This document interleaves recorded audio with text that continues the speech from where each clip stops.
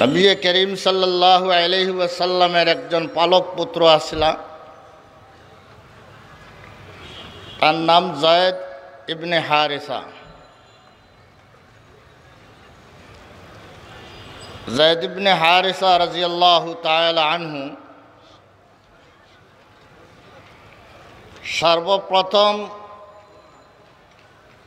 যারা ইসলাম কবুল করছেন তাদের মধ্যে থেকে একজন যায়েদ ইবনে হারিসাও। গোলামদের মধ্যে সর্বপ্রথম ইসলাম কবুল করছেন যায়েদ ইবনে হারিসা রাদিয়াল্লাহু তাআলা আনহু।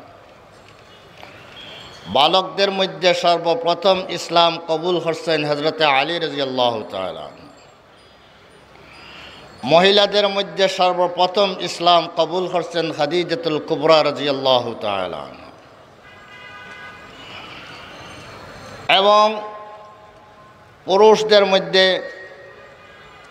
সর্বপ্রথম আজাদ পুরুষদের মধ্যে সর্বপ্রথম ইসলাম কবুল করছেন হযরত আবু বকর সিদ্দিক রাদিয়াল্লাহু তাআলা। যায়েদ ইবনে হারিসা রাদিয়াল্লাহু তাআলা আনহা নবী করিম সাল্লাল্লাহু আলাইহি ওয়াসাল্লামের পরিবারের সদস্য হিসাবে ছিলেন, পালক পুত্র। মূলত যায়েদ ইবনে হারিসা উনি গোলাম ছিলেন। নবী করিম সাল্লাল্লাহু আলাইহি ওয়াসাল্লাম আজাদ করিয়া যায়েদ ইবনে হারিসাকে আপন ছেলে হিসাবে গ্রহণ করে নিলেন।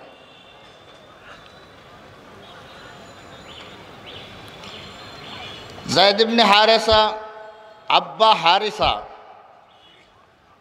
মুহাম্মদ সাল্লাল্লাহু আলাইহি ওয়াসাল্লাম কিন্তু আব্বা না।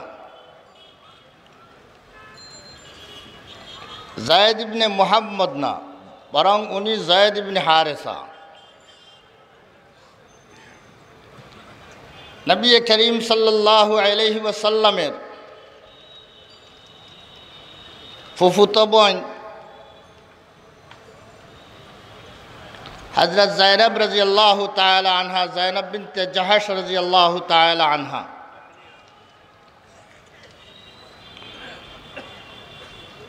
ওনারে যায়েদ ইবনে হারিসা রাদিয়াল্লাহু তাআলা আনহার সাথে নবী করিম সাল্লাম শাদী দিয়া দিছিলেন।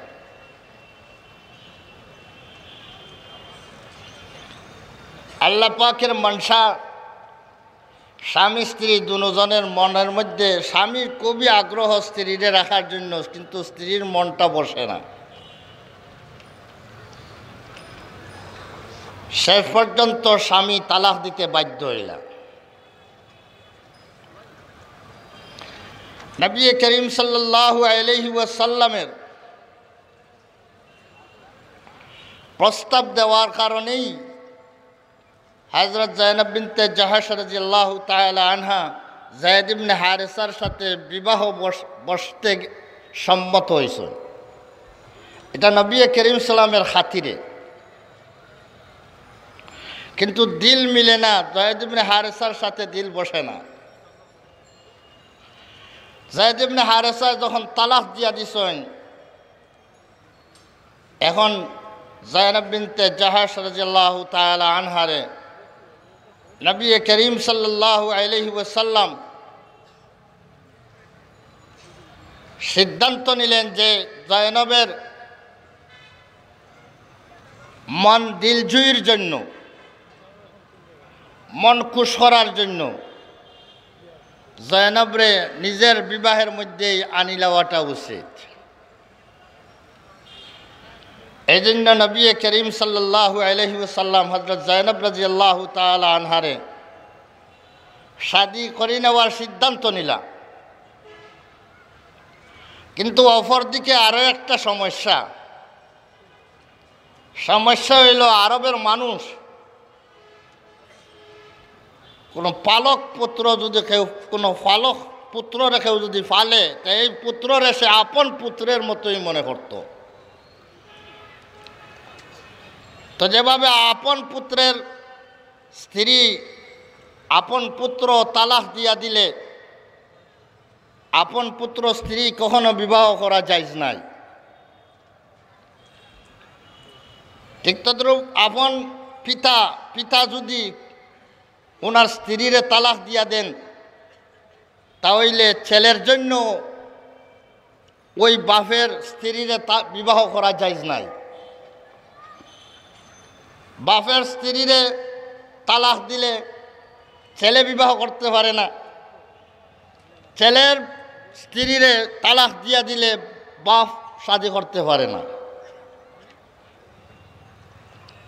আরবের মানুষের মধ্যে এই প্রথা ছিল, এই আকীদা ছিল যে পালক পুত্র স্ত্রী এইটা আপন পুত্রের স্ত্রীর মতোই। তাই পালক পুত্রের স্ত্রীরা যেভাবে আপন পুত্রের স্ত্রীরা বিবাহ করা অবৈধ, এভাবে পালক পুত্রের স্ত্রীকেও বিবাহ করা অবৈধ এবং হারাম।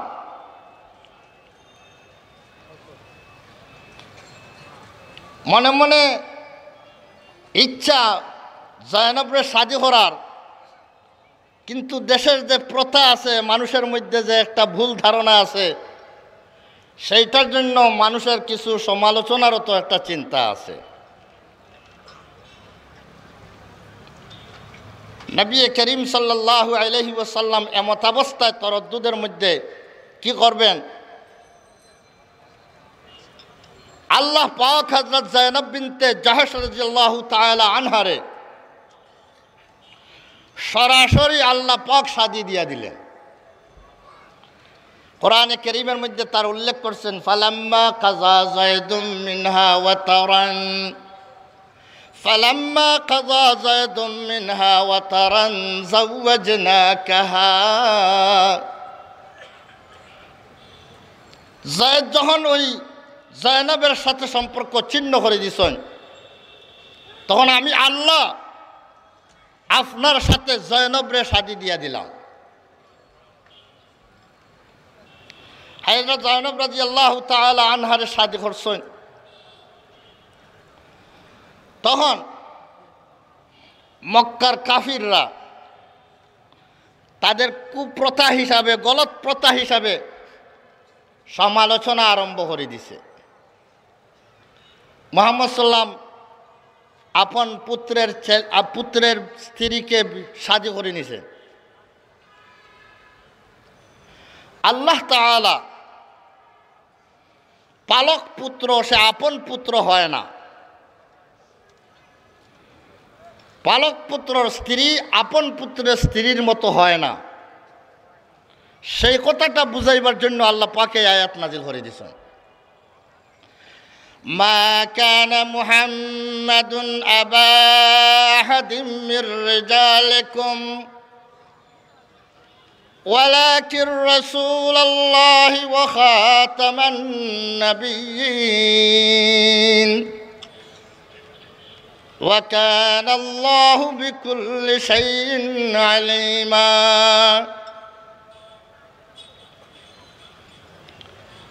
মা কানা মুহাম্মাদুন আবা আহাদিম মির রিজালিকুম, তোমাদের মধ্যে কোনো পুরুষের পিতা মুহাম্মদ সাল্লাল্লাহু আলাইহি সাল্লাম নন।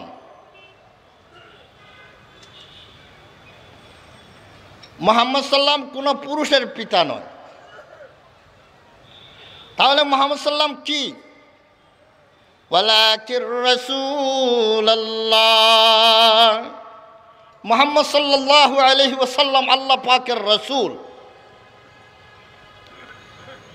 শুধু রসুল না, খাতামুন নবিয়্যিন, সর্বশেষ নবী।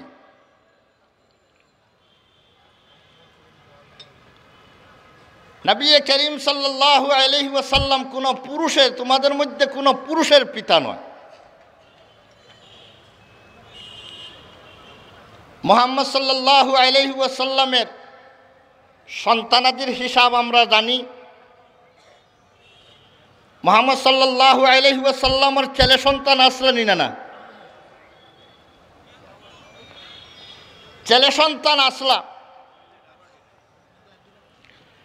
কিন্তু মুহাম্মদ সাল্লাল্লাহু আলাইহি ওয়াসাল্লামের ছেলে সন্তান যারাই হোক,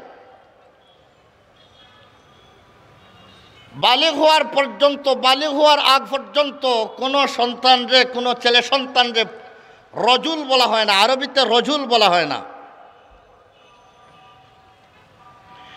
এর আগের বয়সটা হইল সবি, বালক। আর পুরুষ হইতে গেলে বালিগ হওয়া লাগে। তাই অর্থ দাঁড়ায় মুহাম্মদ সাল্লাল্লাহু আলাইহি সাল্লাম তোমাদের কোনো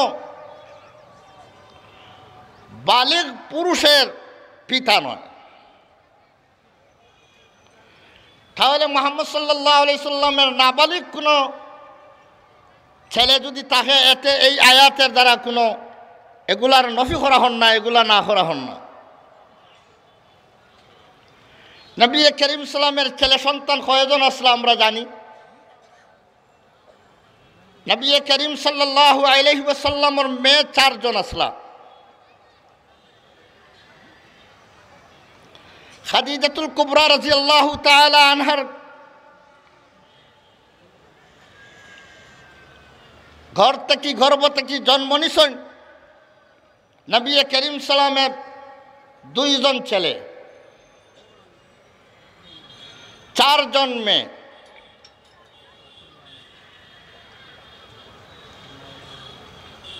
খাদিজাতুল কুবরা রাদিয়াল্লাহু তাআলা আনহার ঘর থেকে নবী করিম সাল্লাল্লাহু আলাইহি ওয়াসাল্লামের ছেলের সংখ্যা কতজন? ইতিহাসবিদের মধ্যে, তারিখের মধ্যে ইখতিলাফ রয়েছে। কেউ 3 জন, কেউ 4 জন। কিন্তু জমহুর মুআররিখিন, অধিকাংশ ঐতিহাসিক বিদগণের মতে নবী করিম সাল্লাল্লাহু আলাইহি ওয়াসাল্লামের ছেলে সন্তান খাদিজাতুল কুবরা রাদিয়াল্লাহু তাআলা আনহার ঔরসে মাত্র 2 জন ছেলে। একজনের নাম হইল কাসিম, আরেকজনের নাম হইল আব্দুল্লাহ। ওই আব্দুল্লাহরই আরো 2টা নাম আছে, তাহির, তয়্যিব, তাহির। এইটা পৃথক 2 ব্যক্তি, আরো 2 ব্যক্তি না, বরং আব্দুল্লাহরই আরো 2টি নাম। ওই আব্দুল্লাহরই কোনো সময় তয়্যিব হওয়া হয়, কোনো সময় তাহির হওয়া হয়। আব্দুল্লাহ বলা হয় এক ব্যক্তিরই 3 নাম। এই জন্য খাদিজাতুল কুবরা রাদিয়াল্লাহু তাআলা আনহার ঔরসে নবী করিম সাল্লাল্লাহু আলাইহি ওয়াসাল্লামের 2 জন ছেলে সন্তান জন্ম নিছেন। 4 জন মেয়ে সন্তান জন্ম নিছেন। একজন মেয়ে সন্তানের নাম হযরত যায়েনব রাদিয়াল্লাহু তাআলা আনহা, 2 নম্বর রুকাইয়া রাদিয়াল্লাহু তাআলা আনহা, 3 নম্বর উম্মে কুলসুম রাদিয়াল্লাহু তাআলা আনহা, 4 নম্বর ওইলা গিয়া হযরতে ফাতেমা রাদিয়াল্লাহু তাআলা আনহা। এই সিরিয়ালে, এই তরতিবে 4 জন মেয়ে। 4 জন মেয়ে বালিগ হইছেন, বিয়া শাদী হইছে, কিন্তু সন্তান শুধু হযরত ফাতেমা রাদিয়াল্লাহু তাআলা আনহার সন্তান হইছেন, সন্তান জীবিত থাকছেন। এবং হযরত ফাতেমা রাদিয়াল্লাহু তাআলা আনহার সন্তানের মাধ্যমে নবী করিম সাল্লাল্লাহু আলাইহি ওয়াসাল্লামের বংশ এখনো আস্তে পৃথিবীতে ছড়াইয়া আছে। এবং কিয়ামত পর্যন্ত নবী করিম সাল্লাল্লাহু আলাইহি ওয়াসাল্লামের বংশ, এবং যাদেরকে আমরা আওলাদে রসুল নামে যাদেরকে আমরা পরিচয় করি, এই সবই হযরত ফাতেমা রাদিয়াল্লাহু তাআলা আনহার আওলাদ।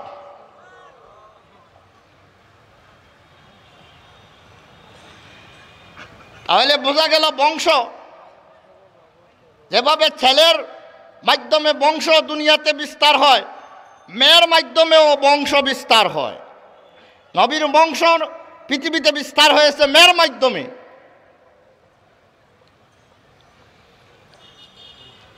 নবী করিম সাল্লামের বড় ছেলে কাসিম নবী করিম সাল্লাল্লাহু আলাইহি ওয়াসাল্লামের নবুয়ত প্রাপ্তির 2 বছর আগে তার ইন্তেকাল হয়েছে। কাসিম মারা গেছেন নবী করিম সাল্লাম, কাসিম মারা গেছেন 2 বছর বয়সে, নবী করিম সাল্লামের নবুয়ত প্রাপ্তির আগেই মারা গেছেন। তাহলে নবী করিম সাল্লাল্লাহু আলাইহি ওয়াসাল্লামের বংশ ছেলে সর্বমোট হযরতে খাদিজাতুল কুবরা রাদিয়াল্লাহু তাআলা আনহার ঘর থেকে 2 জন ছেলে জন্ম নিয়েছেন। আরো একজন ছেলে নবী করিম সাল্লাল্লাহু আলাইহি ওয়াসাল্লামের জন্ম নিয়েছেন স্ত্রীদের ঘর থেকে না, নবী করিম সাল্লাল্লাহু আলাইহি ওয়াসাল্লামের একজন বান্দি মারিয়া কিপ্তিয়া, সেই মারিয়া কিপ্তিয়ার ঘর থেকে বান্দিদের সাথে সহবাস করা, নিজের বান্দির সাথে সহবাস করা জায়েজ আছে। যদি কোনো বান্দিরে যদি মালিকে যদি সহবাস করি নেই, তো এই বান্দি আর সাধারণ বান্দি তখন না, ওই বান্দির নাম উম্মে ওয়ালাদ হয়ে যায়, হুরুতার মা। উম্মে ওয়ালাদের মানা হুরুতার মা। এখন এই মহিলার ওই বান্দি হুরুতার মা হয়ে যান গে, উম্মে ওয়ালাদ হয়ে যায়। তখন এই বান্দি সাধারণ বান্দি থাকে না, এই বান্দির একটা পাওয়ার হয়ে যায় গিয়া।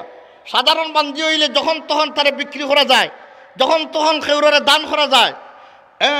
এই কিন্তু যে মহিলাটার সাথে মালিক মিলামিশা করে নিবা, সেই বান্দিটা এটা সাধারণ বান্দি থাকে না, বরং এই বান্দির ঘর তাকিয়া যখন কোনো সন্তান জন্ম নিব গিয়া, তখন এই সন্তানের কারণে এই বান্দির নাম উম্মে ওয়ালাদ হয়ে যায়। যখন বাচ্চা জন্ম নিব গিয়া, বাচ্চা জন্ম নেওয়ার পরেই এই মহিলা এই বান্দিটার নাম উম্মে ওয়ালাদ হয়ে যায় গিয়া। উম্মে ওয়ালাদ হওয়ার পরে এই বান্দি এইটা এমন একটা মর্যাদা অর্জন করিলায়, আজাদ হওয়ার কাছাকাছি যায় গিয়া। এই বান্দিটা আজাদ, এখন আর গুলামির সময় খতম হয়ে যায় গিয়া। শুধু অতটুকু বাকি থাকে, যতদিন পর্যন্ত মালিক জীবিত আছেন অতদিন পর্যন্ত বান্দি নাম থাকবে। আর যখনও মালিক ইন্তেকাল করি লইবা, মালিকের ইন্তেকালের সাথে সাথে সেই উম্মে ওয়ালাদ আজাদ হয়ে যাব। এই জন্য মালিকে তারা বিক্রি করতে পারত না, খেউরের দান করতে পারত না, কারণ অন্যখানে বিক্রি বা দান হয়ে গেলে গিয়ে আর আজাদ হওয়ার সুবিধা থাকতো না, সুযোগ থাকতো না। নবী করিম সাল্লাল্লাহু আলাইহি ওয়াসাল্লামের একজন বান্দি ওইলা মারিয়া কিপ্তিয়া রাদিয়াল্লাহু তাআলা আনহা। সেই মারিয়া কিপ্তিয়ার ঔরস তাকিয়া গর্ভ তাকিয়া একজন সন্তান জন্ম নেন। 8 হিজরির মধ্যে একজন সন্তান জন্ম নেন, যার নাম নবী করিম সাল্লাল্লাহু আলাইহি ওয়াসাল্লাম জদ্দে আমজাদ হযরত ইব্রাহিম আলাইহিস সালামের নাম অনুসারে ইব্রাহিম নাম রাখছেন। হযরত ইব্রাহিম আলাইহিস সালামের নাম অনুসারে ছেলের নাম ইব্রাহিম রাখছেন। এই 15-16 মাস মাত্র জীবিত থাকছেন। 15-16 মাস জীবিত থাকিয়া দুধ খাওয়ার সময় তো 2 বছর পর্যন্ত দুধ খাওয়ার অধিকার আছে, দুধ খাওয়ার আইয়ামরে পুরা করতে পারছেন না, এই সন্তানও মারা গেছেন। এই সন্তান মারা যাওয়ার কারণে নবী করিম সাল্লাল্লাহু আলাইহি ওয়াসাল্লাম ফরমাইলা, ইন্না লাহু মুরজিআন ফিল জান্নাহ। ওই ইব্রাহিমের জন্য বেহেশতের মধ্যে একজন দুধ পিলানেওয়ালি একজন মহিলা আল্লাহ পাকে দিবা। সেই মহিলায় দুধ পান করাইয়া মুদ্দতে রেজাত, দুধ পান করার যে সময়সীমাটা আছে সেই সময়টা পুরা করিয়ে দিব। নবী করিম সাল্লাল্লাহু আলাইহি ওয়াসাল্লাম ইব্রাহিমের ইন্তেকালের কারণে এত বেশি দুঃখিত হয়েছেন, চক্ষুর পানি বইয়া পড়া আরম্ভ হয়েছে।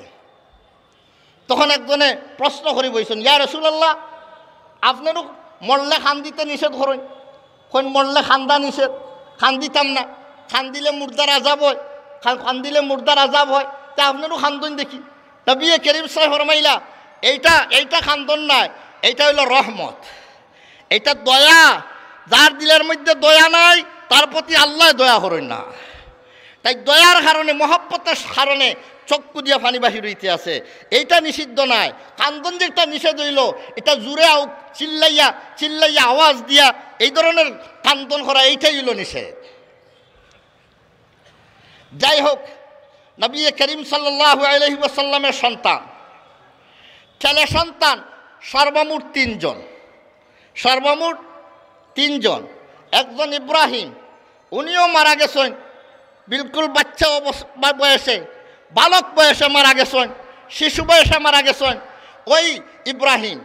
এবং অন্যান্য আরও দুই ছেলে কাসিম এবং আবদুল্লাহ, এই দুজনই মারা গেছেন, ছোট অবস্থাতে মারা গেছেন, কেউ বালিগ হওয়ার সুযোগ কেউ পাইছেন না। যাই হোক, নবী করিম সাল্লাল্লাহু আলাইহি ওয়াসাল্লামের কোনো ছেলে সন্তান কোনো ছেলে সন্তান বড় হয় নাই, বালিগ হয় নাই, তাহলে বড় কোনো পুরুষের পিতা নয়। বিবাহ করছেন জয়েদ ইবনে হারেসায়, শাদী করছেন। জয়েদ ইবনে হারেসা শাদী হইতে গেলে বয়স বড় হওয়া লাগবো নিনে লাগতো না, বালিগ হওয়া লাগবো নিনে লাগতো না। জয়েদ ইবনে হারেসা তো বালিগ, তাই তো পুরুষ। তাই নবী করিম সাল্লাল্লাহু আলাইহি ওয়াসাল্লাম কোনো পুরুষের পিতা নয়। জানাই দিলা তোমাদের মধ্যে কোনো পুরুষের পিতা নয়। যখন কোনো পুরুষের পিতাই নয়, তাহলে জয়েদ ইবনে হারেসার পিতা হওয়ার তো কোনো প্রশ্নই জাগে না। জয়েদ ইবনে হারেসার আব্বা নাই, নবী করিম সাল্লাম আব্বা নাই। তাহলে ওয়ালাকির রাসূলুল্লাহ, তোমাদের মধ্যে কোনো পুরুষের পিতা নয় মুহাম্মদুর রাসূলুল্লাহ সাল্লাল্লাহু আলাইহি ওয়াসাল্লাম। যখন পিতা নয়, তাহলে জয়েদ ইবনে হারেসার স্ত্রীর শাদী করা, এটা পুত্রের বউরে শাদী করা নয়, বরং এইটা যেভাবে অন্যান্য আপনার বেগানা আওরতরে যেভাবে শাদী করা জায়েজ আছে, ওইভাবে জয়েদ ইবনে হারেসার স্ত্রীরও বিবাহ করা জায়েজ আছে। যাই হোক, জয়েদ ইবনে হারেসা রাদিয়াল্লাহু তাআলা আনহু স্ত্রীর শাদী করার জন্য যে একটা প্রশ্ন জাগছে, সেই প্রশ্নের জবাব দিচ্ছেন মা কানা মুহাম্মাদুন আবা আহাদিম মির রিজালিকুম ওয়ালাকির রাসূলুল্লাহ।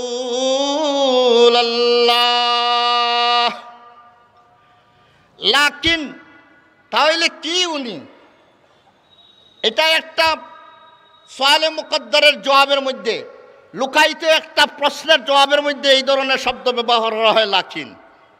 ওয়ালাকির রাসূলুল্লাহ, মুহাম্মদ সাল্লাল্লাহু আলাইহি সাল্লাম কোনো পুরুষের পিতা নয়। তাহলে নবী জেন হইয়া হয়, নবী জেন হইয়া হয়, এন তো আমরা জানি যে নবী কি হইয়া হয়, উম্মতের বাপ স্বরূপ হইয়া হয়, উম্মতের বাপ হইয়া হয় নবী। তাহলে মুহাম্মদুর রাসূলুল্লাহ পুরুষের পিতা নয়, তাহলে উম্মতের কি উনি বাপ নাই? উম্মতের কি বাপ নাই? এই প্রশ্নের জবাব আল্লাহ পাকে বাদর টুমা দিয়ে দিলেন, হয় ওয়ালাকির রাসূলুল্লাহ। মুহাম্মদ সাল্লাল্লাহু আলাইহি ওয়াসাল্লাম আল্লাহ পাকের রসূল, আল্লাহ পাকের রসূল।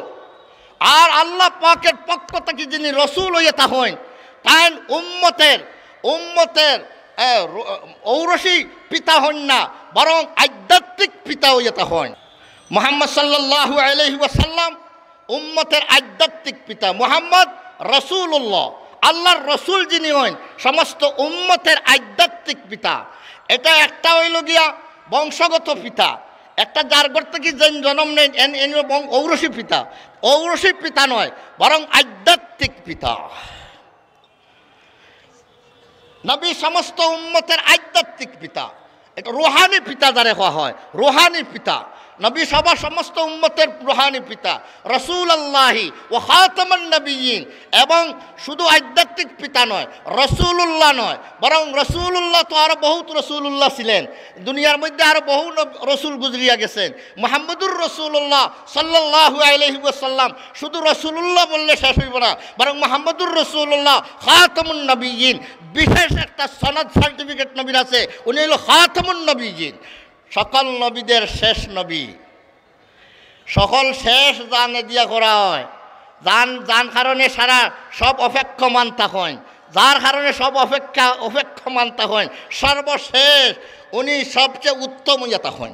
কেখন একটা বিল্ডিং বানাইতে সময় সর্বশেষ যাতে তার উপরে বিল্ডিংয়ের মধ্যে কাজ হইতে সপ্তাহ ডালাই উলাই দিয়া এরপরে বিল্ডিং পুরা করিয়া এরপরে আস্তর উস্তর দেওয়ার যে সময় আপনার খেয়াল আছে যে বিল্ডিংটা সুন্দর করতা আরও সুন্দর করতা তখন টাইলস লাগাই না একেবারে শেষে মুছে নিয়ে টাইলস বেড়ে উড়ে সাথে উঠে সকলবার টাইলস লাগাই ওকে টাইলস লাগানির বাদে আর কোনটা রয়েছে নি এখন তলে দিয়া যেটা লাগাইছিল সকলটা কি আর দামি নি না কম দামি সকলটা কি আর দামি জিনিস দিয়ে শেষ করা হয় সকলটা আমি দামি দিয়ে শেষ করা হয় তাহলে মুহাম্মদুর রাসূলুল্লাহ শুধু রাসূলুল্লাহ নয় বরং খাতামুন নবিয়্যিন অর্থাৎ সর্বশ্রেষ্ঠ নবী সর্বশেষ নবী সর্বশ্রেষ্ঠ নবী তাহলে মুহাম্মদুর রাসূলুল্লাহ রে খালি রাসূলুল্লাহ মানলে হইতো না খাতামুন নবিয়্যিন সর্বশেষ বিশ্বাস করতে হইব সর্বশেষ নবী যদি বিশ্বাস করা হয় না তাহলে ঈমান হইতো না মুহাম্মদুর রাসূলুল্লাহ শুধু হইলে ঈমান হয় না ততক্ষণ পর্যন্ত খাতামুন নবিয়্যিন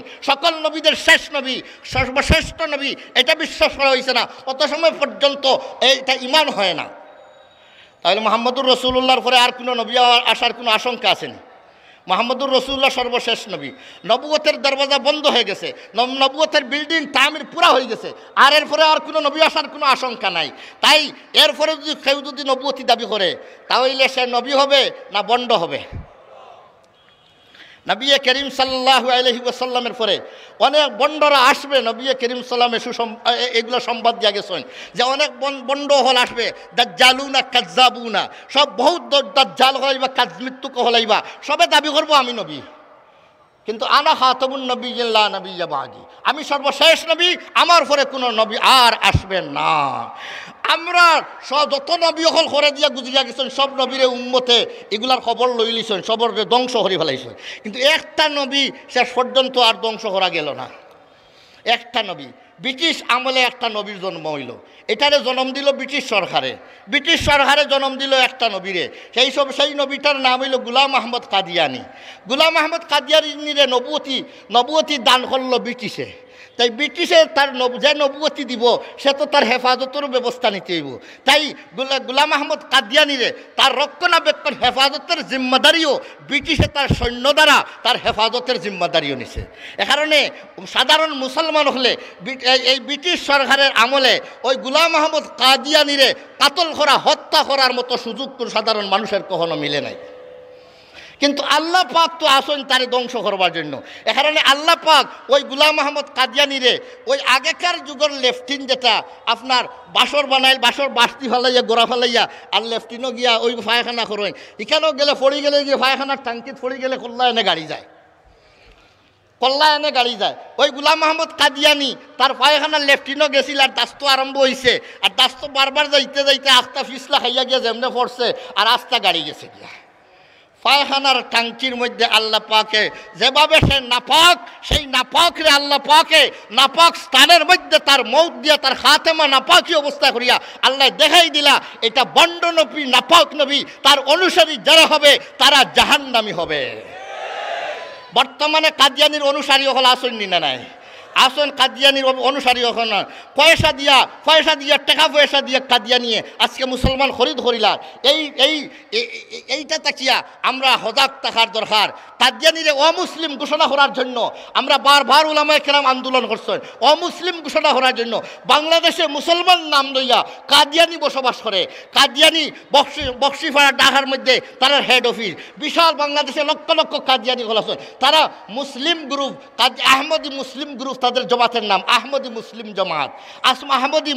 জমাত আমরা দাবি হইল মুসলিম শব্দ পরিহার করিয়া সে আহমদি কাদিয়ানি জমাত হোক অসুবিধা নাই আহমদি কাদিয়ানি জমাত হোক অসুবিধা নাই কিন্তু মুসলিম শব্দ পরিহার করতে হইব সে কাফির সম্প্রদায় কাফিরদের অন্তর্ভুক্ত এটা যেভাবে পাকিস্তান যেভাবে সৌদি আরব যেভাবে আরব আমিরাতের মধ্যে ওই কাদিয়ানিদেরকে অমুসলিম এবং কাফির সম্প্রদায় ঘোষণা দেওয়া হয়েছে আমাদের দেশে মুসলিম দেশেও আমরা এই কথার দাবি জানাইতে চাই আমাদের দেশেরও কাদিয়ানিরে অমুসলিম ঘোষণা করা হোক আল্লাহ পাক আমরা সবাইকে তৌফিক দান করুক আমরা দিনের উপরে চলালে সই সমুদ্র আল্লাহ পাকে দান করুক।